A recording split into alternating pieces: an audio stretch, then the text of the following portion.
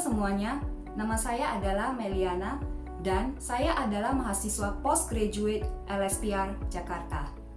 Pada kesempatan kali ini, saya akan mempresentasikan penelitian non-tesis saya yang berjudul The Smart Campaign to Raise Awareness of Social Media Literacy at School, Encountering Online Risks in Social Networking Sites. Kita semuanya tentu saja sangat familiar dengan penggunaan media sosial sebagai medium komunikasi dalam kehidupan sehari-hari. Kita semua punya lebih dari satu aplikasi media sosial di handphone, seperti Facebook, Twitter, Instagram, dan yang lainnya. Penggunaan media sosial tidak saja umum di kalangan generasi muda, tetapi juga sampai kepada kalangan usia pelajar. Data statistik We Are Social 2019 bekerja sama dengan Hootsuite menyatakan bahwa pengguna media sosial di Indonesia ada sebanyak 150 juta orang. Total populasi di Indonesia sendiri adalah 268 juta orang.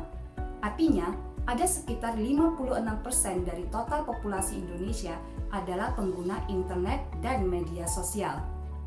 Statistik juga menunjukkan bahwa rata-rata orang Indonesia menghabiskan 3 jam dan 26 menit menggunakan media sosial dalam sehari.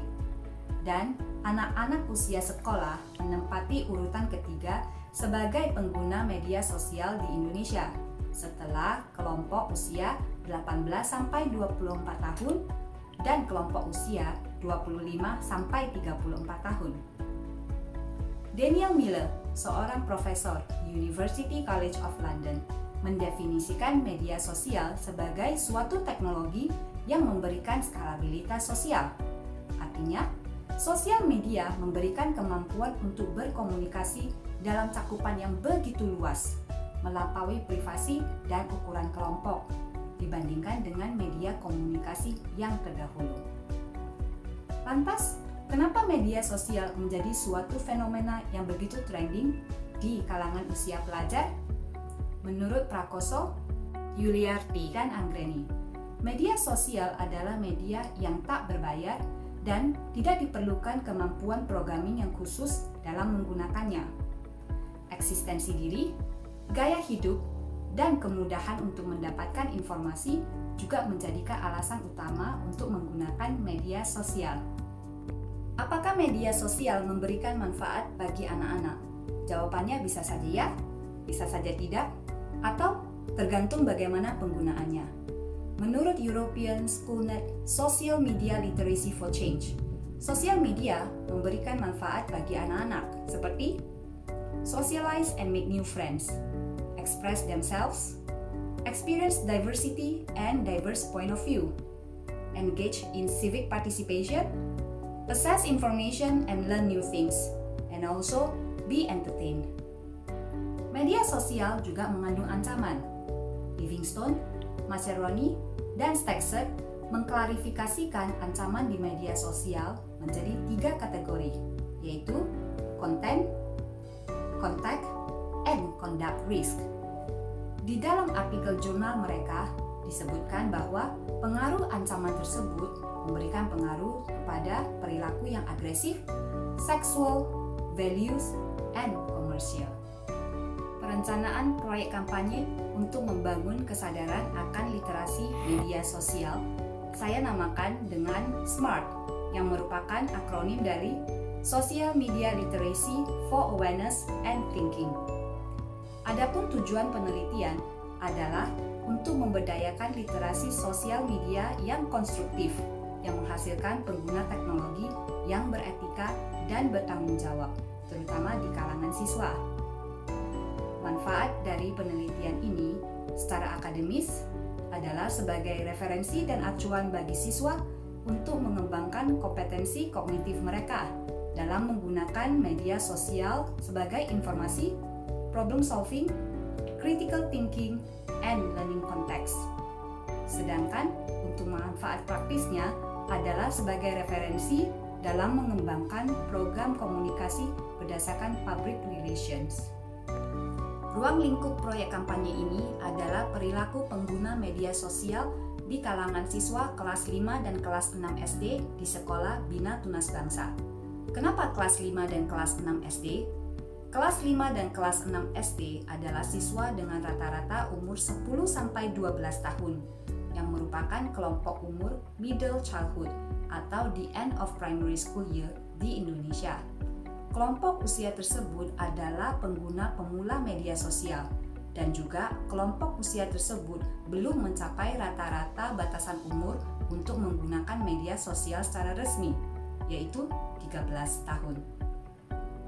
Batasan penelitian sendiri adalah Sekolah Bina Tunas Bangsa dan ancaman online yang dihadapi oleh anak-anak dalam kegiatan media sosial mereka. Project review dari perencanaan ini adalah menggunakan Safe Web for Kids yang diterbitkan oleh UNICEF bekerja sama dengan Child's Rights Coalition Asia.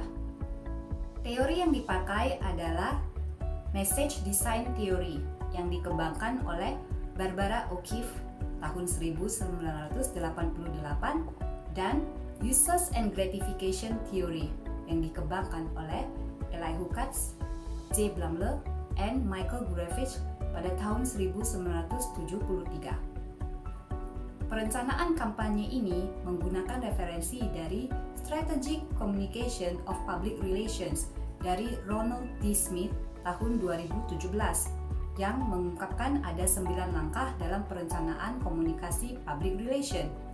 Phase 1 Formative Research terdiri dari Step 1 Analyzing the situation, Step 2 Analyzing the organization, Step 3 Analyzing the public. Phase 2 Strategy memuat Step 4 Establishing goals and objectives, Step 5 Formulating action and response strategies, Step 6 Using effective communications. Phase 3 Tactics terdiri dari Step 7 Choosing communication tactics, Step 8 Implementing the strategic plan, dan yang terakhir Phase 4 Evaluative research. Di dalamnya terdapat Step 9 Evaluating the strategic plan. Smart Campaign akan menjabarkan 4 poin yang menjadi pokok perhatian terkait dengan perilaku pengguna media sosial di kalangan siswa SD. 4 poin tersebut adalah 1. When is a stranger becoming a danger? Yang kedua adalah which is real and which is fake. Yang ketiga adalah what to share and what not to share.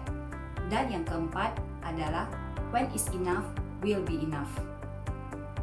Strategi kampanye yang dilakukan antara lain meliputi audience engagement, publicity, dan open communication dengan siswa-siswa untuk mengharapkan mendapatkan feedback yang terbaik dari mereka. Taktik komunikasi yang dilakukan antara lain melakukan presentasi, school assembly, mengadakan annual digital literacy week, dan penerbitan smart booklet yang diharapkan menjadi guideline dasar dalam menangkis ancaman online di media sosial dan supaya anak-anak menjadi pengguna media sosial yang etis dan bertanggung jawab. Anggaran yang disusun antara lain adalah untuk biaya printing, kampanye, dan pembicara yang didatangkan ke sekolah untuk berbicara di depan anak-anak. Waktu dan tempat penelitian adalah antara bulan November 2019 sampai dengan Mei 2020 di Sekolah Bina Tunas Bangsa. Demikianlah presentasi tentang non-tesis saya. Thank you for watching everyone. See you again. I'm signing out.